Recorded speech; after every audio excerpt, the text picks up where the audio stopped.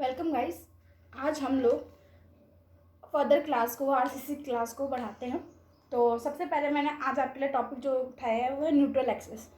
We know neutral axis जो है हमारा एक तो वो लाई करता है centre of gravity of section. ठीक है, जहाँ भी आपके पूरे सेक्शन का सेंटर ऑफ ग्रेविटी होगा यानी सीजी होगा, आपका न्यूट्रल एक्सिस वहीं लाई करेगा।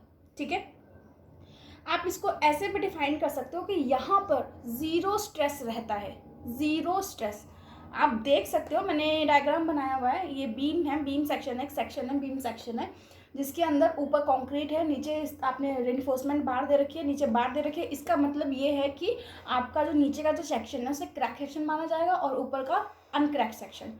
ठीक है, उसके बाद आप डेप्थ देख सकते हो, विड्थ देख सकते हो जो मैंने यहाँ पे मेंशन की है, एंड इसके अंदर रेनफोर्समेंट देख सकते हो जो मैंने मेंशन की है।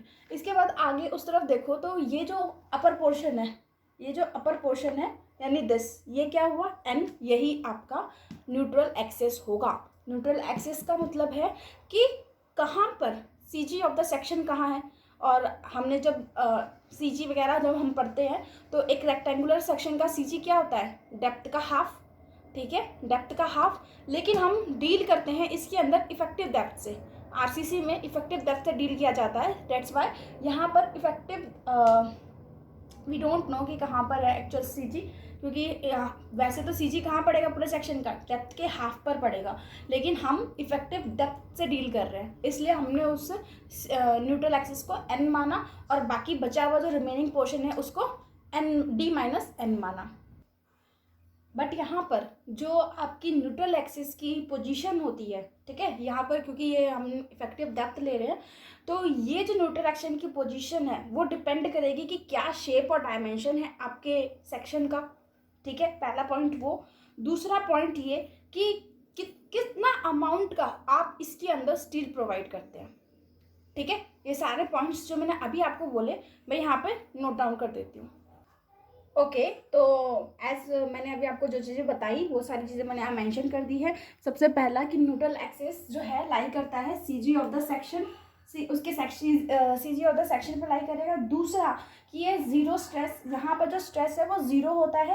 और इसके ऊपर देखो हमने क्या बोला था, स्ट्रेस देखो ऊपर, अगर आप इस पूरे सेक्शन का स्ट्रेस डायग्राम देखेंगे तो इस पूरे सेक्शन का जो स्ट्रेस डायग्राम है, ऊपर की तरफ कंप्रेशन है, नीचे की तरफ टेंसाइल है। ठीक है, तो और बीच में न्यूट्रल एक्सिस है जहाँ पर स्ट्रेस ज़ीरो है। तो ये क्या है, ये डिवाइड करती है पूरे सेक्शन को टेंशन एंड कंप्रेशन जोन में। ठीक है, टेंशन और कंप्रेशन जोन में डिवाइड करती है। एंड सबसे इंपॉर्टेंट ये है, ये इतना इंपॉर्टेंट नहीं है जितना इंपॉर्टेंट ये है कि इसकी पोजीशन वो डिपेंड करती है सबसे पहले डायमेंशन ऑफ द सेक्शन, दूसरा अमाउंट ऑफ स्टील परसेंटेज, मतलब कितना आपने स्टील प्रोवाइड किया है, कितना आपने स्टील मतलब जो बार्स हैं कितनी दी हैं, इसके ऊपर डिपेंड करता है। ठीक है, तो हम देख लेते हैं नेक्स्ट। अगला देखते हैं कि किस तरीके से हम न्यूट्रल एक्सिस निकाल सकते हैं। ठीक है, तो हमारे पास दो कंडीशन रहेंगी। ठीक है, पोजीशन निकालने की न्यूट्रल एक्सिस की।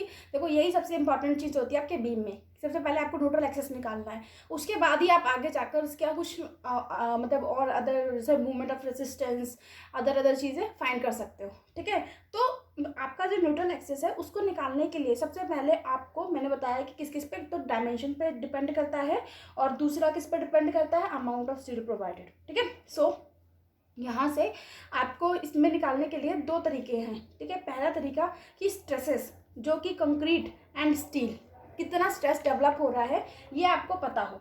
ठीक है, पहली चीज़ आपको ये पता हो कि कंक्रीट एंड स्टील में कितना स्ट्रेस डेवलप हो रहा है। स्ट्रेस कौन सा होता है, परमिसिबल स्ट्रेस।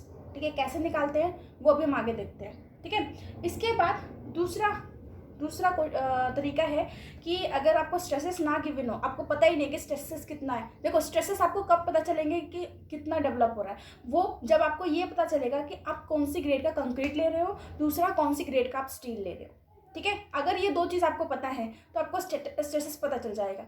लेकिन अगर ये दोनों चीज़ें मेंशन नहीं है, डायरेक्टली डायमेंशन आपको दे दे कि इतना इतना बाई इतना एरिया का आपका ये डायमेंशन दे दे, बी और डी दे दे, और बोल दे कि इतने आप स्टील यूज़ कर रहे हो। स्टील का एरिया कैसे निकालेंगे, देखो स्टील बार है, ठीक है, यानी राउंड है, तो उसका एरिया निकलेगा आपका π/4d² से, और जितने भी नंबर ऑफ बार्स, जैसे इसमें 3 है तो उसके साथ 3 और इंटू हो जाएगा, तो ऐसे एरिया आ जाएगा। ठीक है, ओके। इसके बाद अगर आपको स्टील बार गिवन हो, स्टील बार का एरिया गिवन हो और ऑल ओवर डायमेंशन गिवन हो, तब जाके आप दूसरे मेथड से निकाल सकते हैं। तो चलिए मैं आपको उसका फॉर्मूला लिख देती हूँ। पहला तरीका है कि जब आपको स्ट्रेसेस पता हो कंक्रीट के एंड स्टील के अंदर कौन सा स्ट्रेसेस, और कब पता चलेगा, जब आपको ये पता है कि आप कौन सा एम ले रहे हो, एम कंक्रीट मिक्स कौन सा ले रहे हो, एंड स्टील में कौन सा स्टील ले रहे हो। ठीक है, तो यहाँ पे अभी देखिए आपको यहाँ से मैंने एक चीज़ और लिखी है, स्ट्रेसेस में आप एन जो है आपका, एन मतलब न्यूट्रल एक्सिस का जो डेप्थ है वो k/d भी लिख सकते हैं। ठीक है, वेयर k क्या है, k है आपका डेप्थ फैक्टर। क्या है ये, डेप्थ फैक्टर। यहाँ पे थोड़ा सा मैं मतलब आपको स्लो डाउन करके एक चीज़ बता रही हूँ, ताकि आपको आगे कुछ भी मतलब याद करने की या रटने की जरूरत ना हो, आप डायरेक्टली आपको पता होगा कि हाई चीज़ कहाँ से आई और क्या है। ठीक है, एनीवे ये डेप्थ फैक्टर है। डेप्थ फैक्टर के साथ जब आप इफेक्टिव डेप्थ को इंटू करते हो, क्योंकि ये क्या पूरा इफेक्टिव डेप्थ, तो डेप्थ फैक्टर के साथ इफेक्टिव डेप्थ को इंटू करते हो, then you get the neutral axis. ठीक है, अब यहाँ पे मुझे stresses in concrete and steel जब पता है, यानी ये पता है कि एम कंक्रीट का कौन सा लिया है, स्टील का कौन सा लिया है, तो मैंने आपको पहले से पहले तो यहाँ पे देखो फॉर्मूला, इसको याद कर लो, ये कहीं नहीं मिलेगा, इसको आपको याद करना पड़ेगा। ये डेप्थ फैक्टर का फॉर्मूला है, m into sigma CBC plus divided by m into sigma CBC plus sigma ST।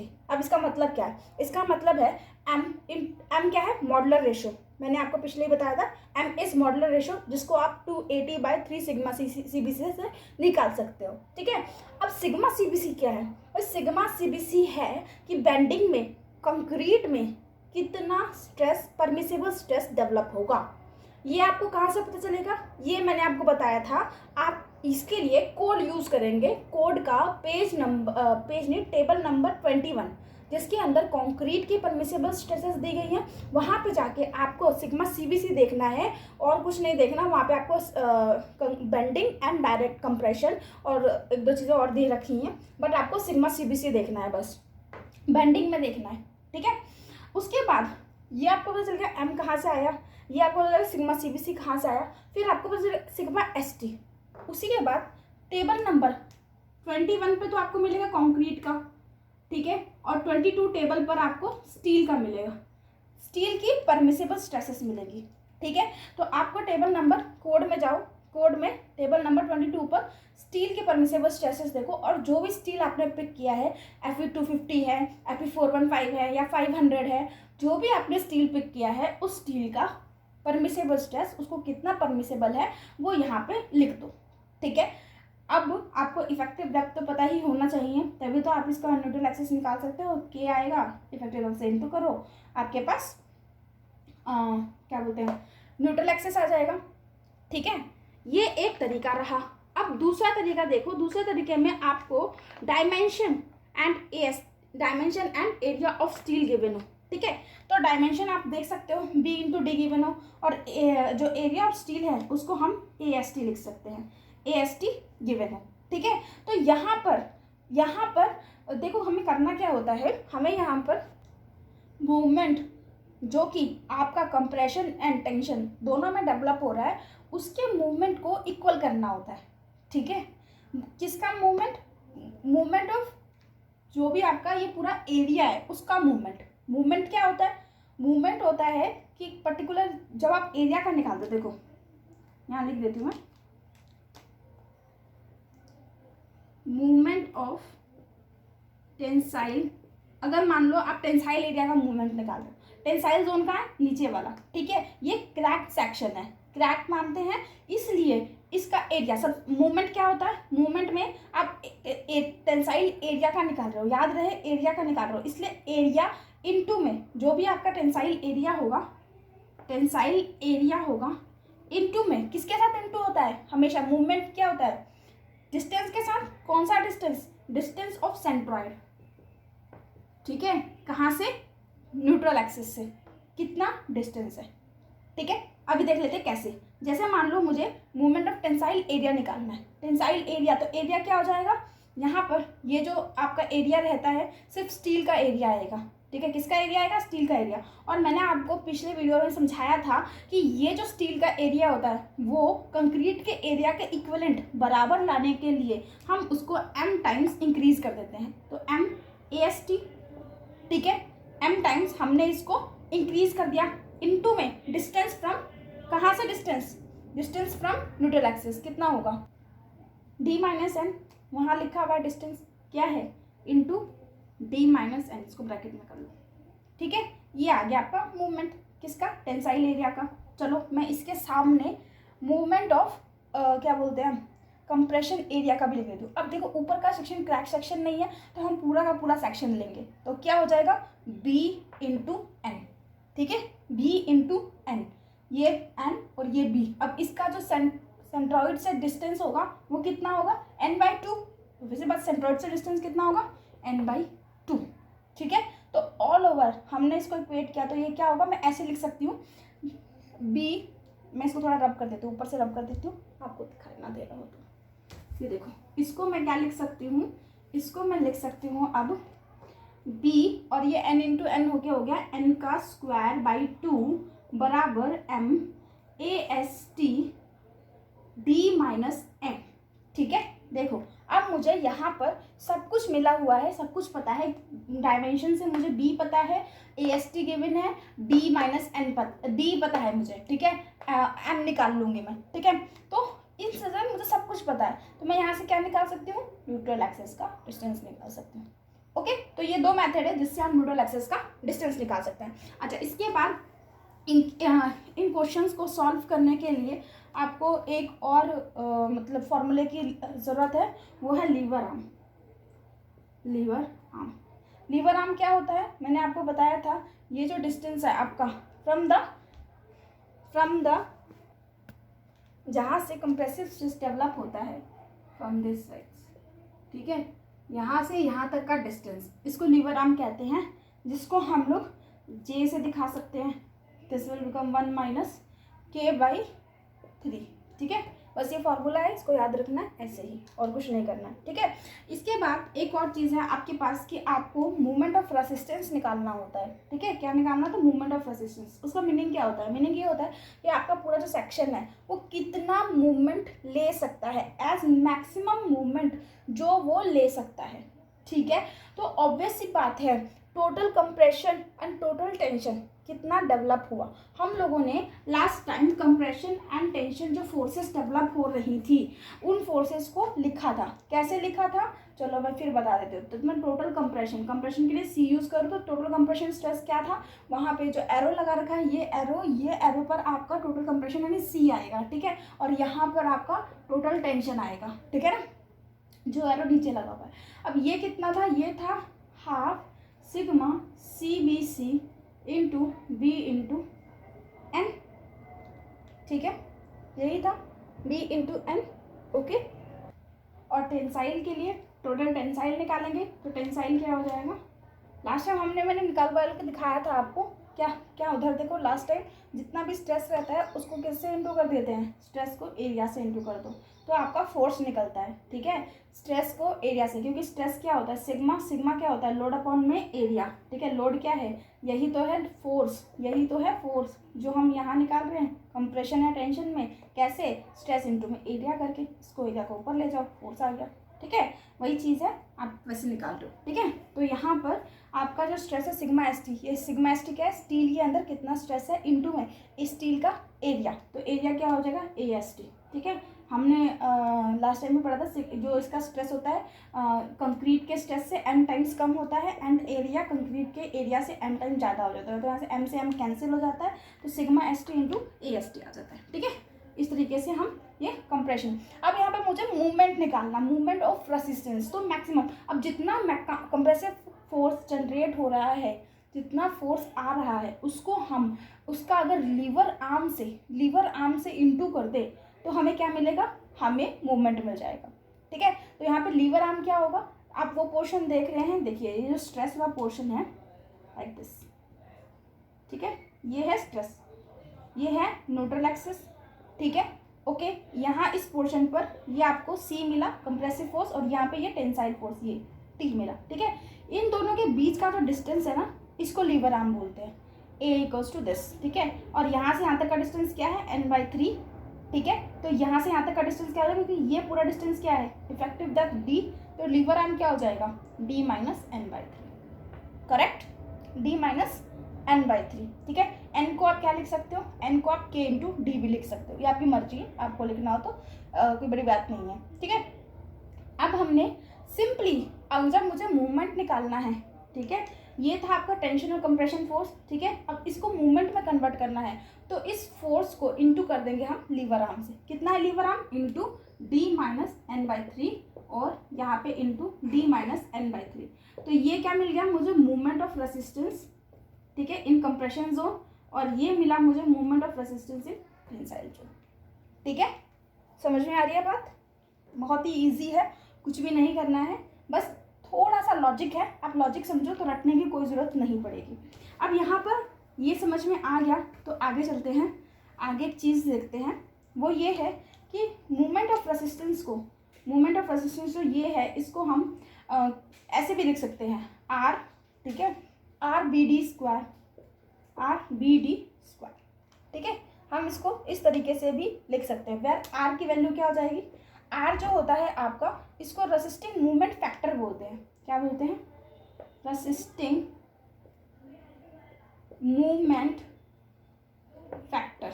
क्यों बोलते हैं, देखो ये रेसिस्टिंग मूवमेंट फैक्टर सेम रहेगा सबके लिए, ठीक है, बट डिफरेंस क्या रहेगा, ये BD का, भाई सेक्शन कितना है, कोई सेक्शन में किसी का सेक्शन अलग है, किसी का नहीं है, तो ये तो रेसिस्टिंग फैक्टर है, बाकी BD वो डिपेंड करेगा कि सेक्शन क्या है, ठीक है।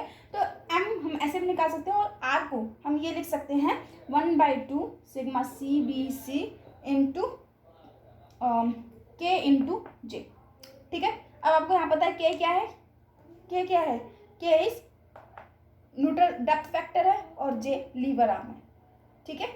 K क्या है, डेप्थ फैक्टर है, एंड J लीवर आर्म है, ठीक है। लीवर आर्म, इसको हम A भी बोल सकते हैं, J भी बोल सकते हैं, तो ये है D - n/3, ठीक है। तो बहुत ही इजी है, कुछ भी नहीं है इसमें, बहुत ही इजी है। सो आप यहाँ पे देख सकते हो कि कितने इजीली आपने मोमेंट ऑफ रेसिस्टेंस निकाल लिया। ओके, तो नेक्स्ट टॉपिक है balance under reinforced and over reinforced section. ये ऐसे सेक्शंस हैं जिनमें बच्चे काफ़ी कंफ्यूज रहते हैं, जो कि मैं आज समझाऊंगी तो ये बिल्कुल क्लियर हो जाएगा। अब होता क्या है, ये आपके पास एक सेक्शन है, सॉरी हाँ, ये आपके पास सेक्शन है, ये B है, ये विड्थ है, ये डेप्थ है, और ये रेनिफोर्समेंट, इसके अकॉर्डिंगली अभी यहाँ पर आपका ये जो सेक्शन है, ये सेक्शन है, अब इसका स्ट्रेस डायग्राम आप डिफरेंट बनाओगे, ठीक है। तो आपको पता चलेगा कि बैलेंस सेक्शन कौन सा होता है, और ओवर रेनफोर्स्ड और अंडर रेनफोर्स्ड कौन सा होता है, ठीक है। तो देखो स्ट्रेस मतलब कि स्ट्रेस आपके पास 2 मीटर, ऊपर कंक्रीट है, नीचे स्टील है, ठीक है। ऊपर हम क्या देखते हैं, stress in concrete in bending, ठीक है। ये वो मैक्सिमम, जैसे मान लो आप M20 ले रहे हो, ठीक है, M20 और FE 250 ले रहे हो, ठीक है। तो होगा क्या कि जो सिग्मा CBC है, मैंने बताया था सिग्मा CBC, अगर आप इसका फैक्टर देखते हो, सेफ्टी फैक्टर, तो ये 3 होता है, और 20 को अगर आप 3 से डिवाइड करते हो तो अप्रॉक्सीमेटली सिग्मा CBC की वैल्यू जो है 7 आती है, ठीक है। टेबल में आप देख सकते हो सिग्मा CBC की वैल्यू आपको 7 मिलेगी, ठीक है। जबकि FE 250 की वैल्यू आई थिंक 140 होती है, यानी सिग्मा ST की वैल्यू 140 मिलेगी, ठीक है। अब मैं यहाँ पे ये लिखे हुए इसलिए तो आपको समझाने के लिए, यहाँ पर होता है ये कि, तो होता ये है कि यहाँ पर जो सिग्मा CBC है, अब यहाँ पे देखो आप बैलेंस सेक्शन की जब बात करते हो, तो जो सिग्मा CB की पूरी वैल्यू यानी 7, यहाँ पे ये पूरा 7, और ये है जो 140 डिवाइडेड बाई M यानी मॉडुलर रेशो, तो ये दोनों ही बराबर होंगे, यानी जो स्ट्रेस यहाँ डेवलप हो रहा है वही स्ट्रेस यहाँ डेवलप होगा, तो हम इसको बैलेंस सेक्शन कहेंगे। और इस बैलेंस सेक्शन में आपका NA NC के बराबर होता है, NA for actual neutral axis, NC for critical neutral axis, ठीक है। एक्चुअल न्यूट्रल एक्सिस एक्चुअली कहाँ है, और अदर जो आपके सेक्शंस हैं उनके हिसाब से क्रिटिकली कहाँ पहुँच रहा है आपका जो न्यूट्रल एक्सिस है वो, ठीक है। अब आगे बढ़ते हैं, पहले हम आगे बढ़ते हैं। ये आ गया आपका बैलेंस सेक्शन, ठीक है। अब ये कौन सा सेक्शन है ये तो आप ही बताएंगे। अब देखो यहाँ होता क्या है कि यहाँ पे अगर आप डायग्राम देख रहे हो, ठीक है, ये डायग्राम मैं बता देती हूँ अंडर रेनिफोर्स्ड सेक्शन का है, ठीक है। ये है अंडर रेनिफोर्स्ड सेक्शन, ठीक है। अंडर रेनिफोर्स्ड में एक्चुअली होता क्या है, जो स्टील है वो अपना पूरा स्ट्रेस ले लेता है, यानी उसके अंदर जो स्ट्रेस डेवलप होता है वो फुल होता है, यानी इसके अंदर जो स्ट्रेस डेवलप होगा 140/m डेवलप होगा, ठीक है। कितना डेवलप होगा 140/m, बट एक्चुअली यहाँ ऊपर कितना होना चाहिए था 7 डेवलप होना चाहिए था, लेकिन यहाँ 7 डेवलप ना होकर सिग्मा सी यानी 7 से कुछ कम डेवलप होगा, ठीक है। यानी इसका मतलब है कि स्टील के अंदर सबसे पहले आपका स्ट्रेस आएगा, यानी स्टील अपना पूरा स्ट्रेस लेगा, उसके बाद इसका मतलब है कि जैसे मान लो आपने कंक्रीट और स्टील दोनों से मिलाकर अपना एक सेक्शन बनाया है, ठीक है। इसका मतलब ये है कि यहाँ पर स्टील सबसे पहले टूटेगा, कंक्रीट बाद में टूटेगा, क्योंकि कंक्रीट तो पूरा स्ट्रेस ले ही नहीं पा रहा है ना। कंक्रीट क्या, देखो किसी भी मटेरियल का स्ट्रेस जितना आपने परमिसेबल कर रखा है, जैसे मान लो मैंने आपको बताया था कि मटेरियल है जो 50 किलोन्यूटन का लोड ले सकता है। अभी मान लो परमिसेबल है 50 किलोन्यूटन, मैंने परमिसेबल दे रखा है इसको कि परमिसेबली 50 और वैसे 80 किलोन्यूटन का लोड ले सकता है, और मैंने इसे परमिट कर दिया कि तू 50 का ले, ठीक है। अब ये अगर 50 ये 50 ले लेता है पूरा, 51 पे तो टूटेगा ना, समझ रहे हो, 51 पे तो ये टूट जाएगा। इसी तरह से स्टील में अगर पूरा 50 हो गया तो 51 पे वो टूट जाएगा, लेकिन तब तक भी कंक्रीट में पूरा स्ट्रेस डेवलप नहीं होगा, यानी 7 का जो स्ट्रेस है कंक्रीट में तब भी पूरा डेवलप नहीं होगा, यानी कंक्रीट सेफ जोन में होगा और आपका जो स्टील है वो टूट जाएगा कंक्रीट से पहले। इसको बोलते हैं अंडर रेनिफोर्स सेक्शन। अब ज़रा थोड़ा सा अंडर रेनिफोर्स सेक्शन के बारे में देखते हैं कि देखो स्टील जो है एक डक्टाइल मटेरियल होता है, steel is a ductile material, इसलिए इसके अंदर जो फेलियर होता है उसको हम डक्टाइल फेलियर बोलते हैं, ठीक है, डक्टाइल फेलियर। अब ये हम हमेशा अंडर रेनिफोर्स सेक्शन डिज़ाइन करते हैं बिकॉज क्योंकि हम चाहते हैं कि स्टील पहले टूटे। अगर स्टील पहले टूटेगा, डक्टाइल जो होता है डक्टाइल मटेरियल वो टूटने से पहले हमें इंफॉर्मेशन देता है कि भाई मैं टूटने वाला हूँ, ठीक है। जैसे कि कोई भी एक डक्टाइल मटेरियल ले लो, उसको आप तोड़ोगे तो पहले मुड़ेगा, फिर क्रैक डेवलप होंगे, फिर जाकर टूटेगा, ठीक है। वो एकदम से नहीं टूटेगा, वो डक्टाइल इसमें फेलियर है, वो डक्टाइल फेलियर है, तो धीरे धीरे वो टूटेगा, तो हमें पता चल जाएगा कब टूटने वाला है, यानी ये इन्फॉर्मेशन दे देगा हमें टूटने से पहले। तो ये एक अच्छी बात है, इसलिए हम चाहते हैं हमेशा कि अंडर रेनिफोर्स सेक्शन डिज़ाइन हो, ताकि कोई भी स्ट्रक्चर कहीं भी टूटने से पहले हमें इन्फॉर्मेशन मिल जाए कि हाँ ये टूटने वाला है, तो हम उसको मतलब वहाँ पे जान माल की नुकसान ना हो, ठीक है। अब यहाँ पे स्टील में सबसे पहले स्ट्रेस पूरा डेवलप हो चुका है, तो यहाँ पर आप देख सकते हो कि ये जो एक्चुअल न्यूट्रल एक्सिस है वो ऊपर की तरफ शिफ्ट हो रखा है, और क्रिटिकल न्यूट्रल एक्सिस है वो नीचे की तरफ शिफ्ट हो रहा है। अभी मैंने आपको एक चीज़ और बताई थी, मैंने आपसे कहा था कि आपका जो न्यूट्रल एक्सिस होता है वो किस पर डिपेंड करता है, वो डिपेंड करता है परसेंटेज ऑफ स्टील पर, पीछे हमने पढ़ा था। अभी यहाँ पर इस सेक्शन के हिसाब से actual neutral axis critical neutral axis आपका वहाँ होना चाहिए, क्रिटिकल तो ये होना चाहिए ना अकॉर्डिंग टू दिस सेक्शन, ठीक है। लेकिन एक्चुअली क्या आ रहा है, एक्चुअली ऊपर हमारा जो स्टील मतलब जो न्यूट्रल एक्सिस है एक्चुअल वो ऊपर पहुंच गया है, क्रिटिकली तो ये होना चाहिए था, एक्चुअली यहाँ पहुंच गया है, ठीक है। इसका मतलब अगर आपके स्टील में परसेंटेज ऑफ मतलब आपके सेक्शन में परसेंटेज ऑफ स्टील ज़्यादा होगा तो वहाँ पर आपका न्यूट्रल एक्सिस ऊपर जाएगा, ठीक है।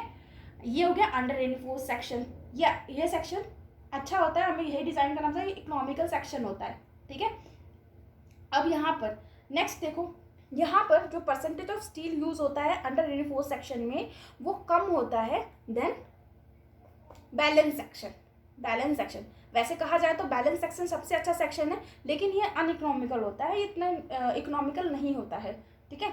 यहाँ अंडर रेनिफोर्स सेक्शन इसलिए यूज़ करते हैं क्योंकि इकोनॉमिकल होता है। आप कह रहे हो ना कि यहाँ पे भी दोनों में सेम टाइम पे स्ट्रेस डेवलप हो रहा था, हम इसे क्यों नहीं यूज़ करें, इसलिए यूज़ नहीं करते बिकॉज ये अनइकोनॉमिकल होता है। हमारा जो अंडर रेनिफोर्स है वो ज़्यादा इकोनॉमिकल होता है।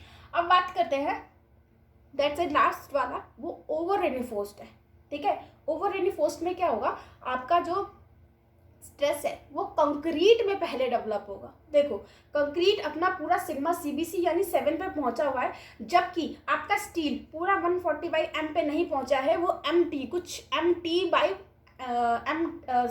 सिग्मा t/m पे पहुंचा है। इसका मतलब स्टील ने पूरा स्ट्रेस अभी नहीं लिया है, पहले ही कंक्रीट में पूरा स्ट्रेस आ गया है। स्टील से पहले कंक्रीट में अगर पूरा स्ट्रेस आ गया तो सबसे पहले कंक्रीट टूट जाएगा। अब अगर कंक्रीट टूट गया तो ये फेलियर ब्रिटल फेलियर होगा, क्योंकि कंक्रीट एक ब्रिटल मटेरियल है। आपने चौक देखा है, चौक पे फोर्स लगाओ वो एकदम से टूट जाता है, वो बताता ही नहीं है कि कब वो टूटने वाला है। कितना फोर्स लगा रहे हो आप, एकदम से टूटता है, आपको पता नहीं चल पाता है, ठीक है। लेकिन अगर कोई डक्टाइल मटेरियल लोगे तो उसमें पता चल जाएगा कि कब टूटेगा, अब बस टूटने ही वाला है, ऐसा लगेगा, ठीक है। लेकिन ये जो ब्रिटल होता है इसमें पता ही नहीं चलता है। तो इसलिए ओवर रेनिफोर्स सेक्शन कभी डिज़ाइन नहीं किया जाता, ओवर रेनिफोर्स की जगह हम डबली रेनिफोर्स डिज़ाइन कर लेते हैं, ठीक है। बेटर देन ओवर रेनिफोर्स डबली रेनिफोर्स डिज़ाइन कर लिया जाता है, पर ओवर नहीं किया जाता है, बिकॉज ओवर में कंक्रीट में पहले स्ट्रेस आता है और उसका जो फेलियर होता है वो सडन फेलियर होता है, एकदम से फेलियर हो जाता है, हमको पता भी नहीं चलता है, ठीक है। और ये जो है ये इसके अंदर परसेंटेज ऑफ स्टील ज़्यादा होता है, सो आपका जो ये है क्या बोलते हैं, परसेंटेज ऑफ स्टील ज़्यादा है, दैट्स वाई क्रिटिकल जो एक्चुअल न्यूट्रल एक्सिस है वो नीचे शिफ्ट हो गया है, ठीक है। तो जितना ज़्यादा आप परसेंटेज ऑफ स्टील रखोगे उतना ज़्यादा आपका जो कहते हैं न्यूट्रल एक्सिस है वो नीचे जाएगा, ठीक है। तो न्यूट्रल एक्सिस जो है आपका वो नीचे शिफ्ट हो रहा है बिकॉज आपका परसेंटेज ऑफ स्टील ज़्यादा है। अगर परसेंटेज ऑफ स्टील ज़्यादा है और न्यूट्रल एक्सिस नीचे शिफ्ट हो रहा है तो ये अनइकोनॉमिकल सेक्शन बनाएगा, इकोनॉमिकल बिल्कुल भी नहीं बनाएगा। तो आपके लिए तो ये वैसे ही बेकार है, ये तो वैसे ही अनइकोनॉमिकल सेक्शन बना रहे हैं, समझ रहे हो। तो इस वजह से हम लोगों को मोस्टली हम प्रेफर करते हैं कि हमारा जो सेक्शन हो वो अंडर रेनिफोर्स सेक्शन हो, ठीक है, ओके। अच्छा एक चीज़ और है इसके अंदर, जैसे मान लो अगर आपका सेक्शन अंडर रेनिफोर्स्ड है और उसमें आपको मोमेंट ऑफ रेसिस्टेंस निकालना हो, तो अब मैंने बताया था कि स्टील अपनी सबसे पहले पूरा स्ट्रेस लेगा, तो हम लोग मोमेंट ऑफ रेसिस्टेंस किसका लेंगे, टेंसाइल का। याद है क्या था, sigma ST into AST D-N/3, ठीक है। ये यूज़ करेंगे, किसके लिए यूज़ करेंगे, ये हम अंडर रेनिफोर्स के लिए यूज़ करेंगे। अब मैं ओवर रेनिफोर्स का मोमेंट ऑफ रेजिस्टेंस लिख दूँ तो इसका कौन सा होगा, कंक्रीट में सबसे पहले स्ट्रेस डेवलप हो रहा है तो हमें कंक्रीट के साइड पर चलना पड़ेगा, तो ये हो जाएगा 1/2 sigma CVC into K into J into D-N/3, ठीक यही था, सॉरी K इंटू J नहीं था, B इंटू N था, सॉरी B इंटू N, ये किसका हो जाएगा, ओवर रेनिफोर्स्ड का, ठीक है। तो होप आपको ये चीज़ समझ में आई होगी अच्छी तरीके से।